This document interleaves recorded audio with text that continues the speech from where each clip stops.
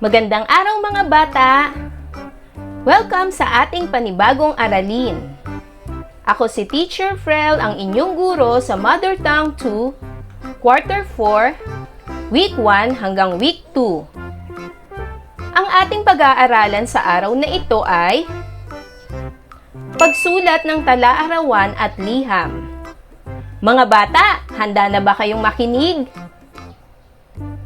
Sa araling ito, ikaw ay inaasahan na makasusulat ng sariling tala-arawan at liham gaya ng liham pangkaibigan, liham ng pasasalamat, liham paanyaya, at liham na pagbati. Ano ba ang ibig sabihin ng liham? Ang liham ay isang paraan ng paghahatid ng mensahe. Maaaring ito ay liham pangkaibigan na maaaring nagbabalita, nag-aanyaya o nagpapasalamat. Mayroong 5 bahagi ng liham. Ang mga ito ay: una, pamuhatan; pangalawa, bating panimula; pangatlo, katawan ng liham; pang-apat, bating pangwakas; at pang-5, lagda. Pamuhatan. Isinusulat dito ang tirahan ng sumulat at petsa kung kailan ginawa ang liham. Bating panimula. Ito'y bahagi ng pagbati ng sumulat sa sinusulatan. Maaring ito ay may kasamang pangalan ng sinusulatan. Katawan ng liham. Naglalaman ito ng mensaheng nais iparating ng sumulat sa sinusulatan. Bating pangwakas. Ito ay pagpapaalam ng sumulat sa sinulatan. Lagda. Ito ay pangalan ng sumulat. Narito ang ilang halimbawa ng liham. Liham pangkaibigan. 249 Sampaloc Street, Lipa, Batangas, Mayo 21, 2021. Mahal kong Gracia. Kumusta ka na? Matagal na tayong hindi nagkikita. Nasasabik na akong makipag-bonding uli sa'yo. Naaalala ko ang mga pamamasyal natin noon at masayang kwentuhan. Di ba mahilig tayo sa adventure noon? Sana ay mag-bonding muli tayo. Nais ko ring mamasyal sa iyong lugar. Hanggang dito na lamang muna. Ang iyong matalik na kaibigan, Frel. Mga bata, ganito ang pagsulat ng liham pangkaibigan. Narito naman ang isang halimbawa ng liham ng pasasalamat. 541 Santa Rita Street, Olongapo City, Mayo 21, 2021. Isang mapagpalang araw. Kami po ng aking buong pamilya ay lubos na nagpapasalamat sa inyo, Pastor Lito Gonzales, at sa inyong may bahay na si Ginang Ana Gonzales dahil po sa natanggap naming tulong para po sa pag-aaral ng aming anak.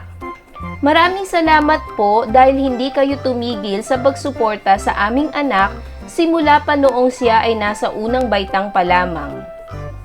Lalo pa po kayong pagpalain ng ating Diyos. Lubos na gumagalang, Marcus Marquez. Mga bata, ganito ang halimbawa ng liham ng pasasalamat. Narito naman ang isang halimbawa ng liham paanyaya. 631 Bonanza Street, Marikina City, Mayo 21, 2021. Mahal kong mga pinsan. Kumusta na kayo, Ate Hana, Dayan, at Angel? Isinulat ko ang liham na ito upang kayo ay anyayahan sa aking nalalapit na kaarawan. Inimbitahan ko rin ang mga iba pa nating pinsan nang sa ganon ay magkakasiyahan tayo tulad ng dati. Gaganapin sa ika-20 ng Hunyo ang aking kaarawan. Ito ay araw ng linggo. Inaasahan ko ang inyong pagdalo. Hanggang dito na lamang at maligayang araw ulit. ang inyong pinsan, Daniel. Mga bata, ganito naman ang halimbawa ng liham na paanyaya. Narito naman ang isang halimbawa ng liham na pagbati. 123 Topaz Street, Dasmariñas, Cavite. Mayo 21, 2021. Mahal kong anak, kumusta na kayo dyan sa Pilipinas ng iyong ama? Nais kitang batiin ng maligayang pagtatapos sa iyong pag-aaral ng kolehiyo. Ako ay lubos na nagagalak dahil sa wakas ay natapos mo ang iyong kolehiyo. Salamat at hindi mo pinabayaan ang iyong pag-aaral. Ako ay proud sa iyo sa pagiging masigasig mo. Magpapadala ako ng pera upang may panghanda kayo. Hanggang dito na lamang at maligayang pagtatapos muli. Ang iyong mahal na ina, Susan. Mga bata, ganito naman ang halimbawa ng liham na pagbati. Balikan muli natin ang liham pangkaibigan. Pag-aralan natin ang mga bahagi ng liham. Ang bahaging ito na kung saan nakasulat ang lugar ng sumulat at ang petsa kung kailan niya ito ginawa ay tinatawag na pamuhatan. Ang bahagi namang ito na kung saan nakasulat ang pangalan ng sinusulatan ay tinatawag na bating panimula. Ang buong bahaging ito na kung saan nakasulat ang mga nais mong sabihin sa iyong sinusulatan ay tinatawag na katawan ng liham. Ang bahagi namang ito na kung saan nakasulat ang iyong pagpapaalam ay tinatawag na bating pangwakas. At ang huling bahaging ito na kung saan nakasulat ang iyong pangalan ay tinatawag na lagda. Ito ang mga bahagi ng liham. Ano naman ang tala-arawan?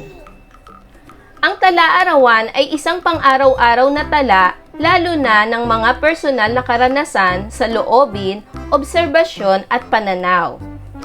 Ito ay sinusulat na parang nakikipag-usap sa isang tao na maaaring tawaging mahal kong diary o dear diary. Karaniwan ay isinusulat ang pang-araw-araw na karanasan sa isang kwaderno na kung saan ikaw lamang ang may karapatang magbukas nito at walang sino mang dapat na makabasa nito dahil nakasulat dito lahat ng mga pangyayari sa iyong buhay. Narito ang isang halimbawa ng tala-arawan. Mahal kong tala-arawan. Mayo 21, 2021. Biyernes, 8 ng gabi. Ang araw na ito ay napakasaya para sa akin. Nagkasama-sama kaming buong pamilya sa pamamasyal sa Tagaytay. Iyon nga lang ay hindi kami nakakain sa bulaluhan dahil sa ordinansang ipinatutupad ngayong pandemic. Bawal kasing tumanggap ng customer ang mga kainan na may edad 66 pataas. Pero ganun pa man ay nakakain naman kami sa ibang kainan.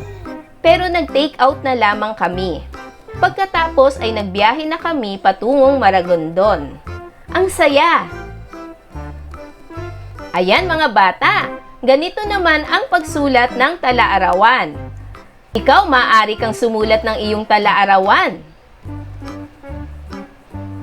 Ngayon ay oras na para sa ating pagsasanay.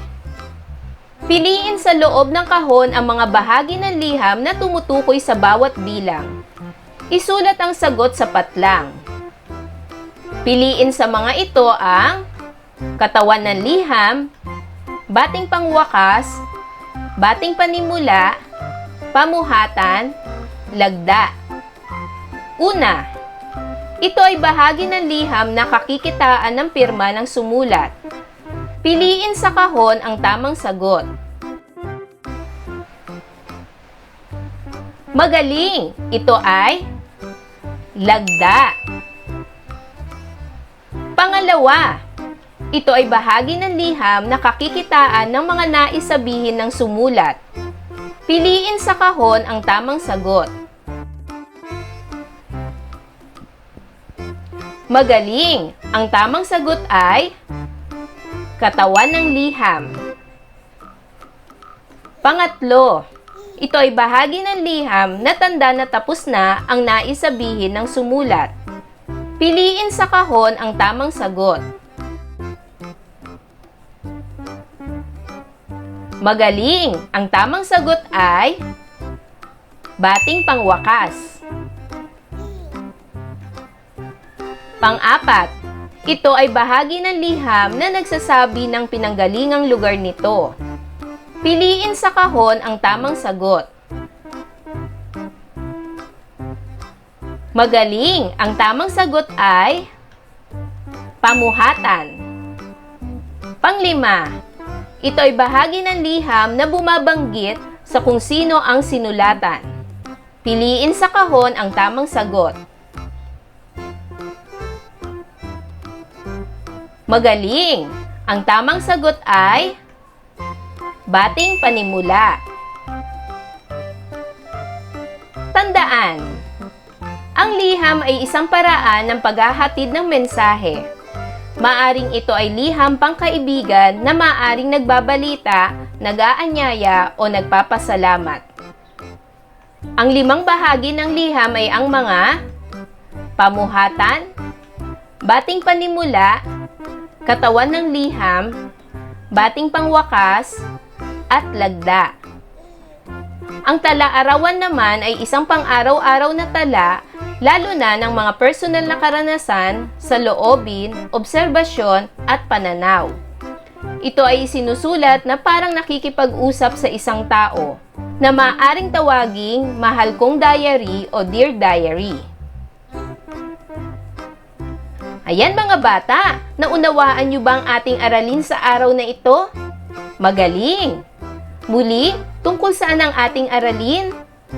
Tama! Ito ay pagsulat ng tala-arawan at liham.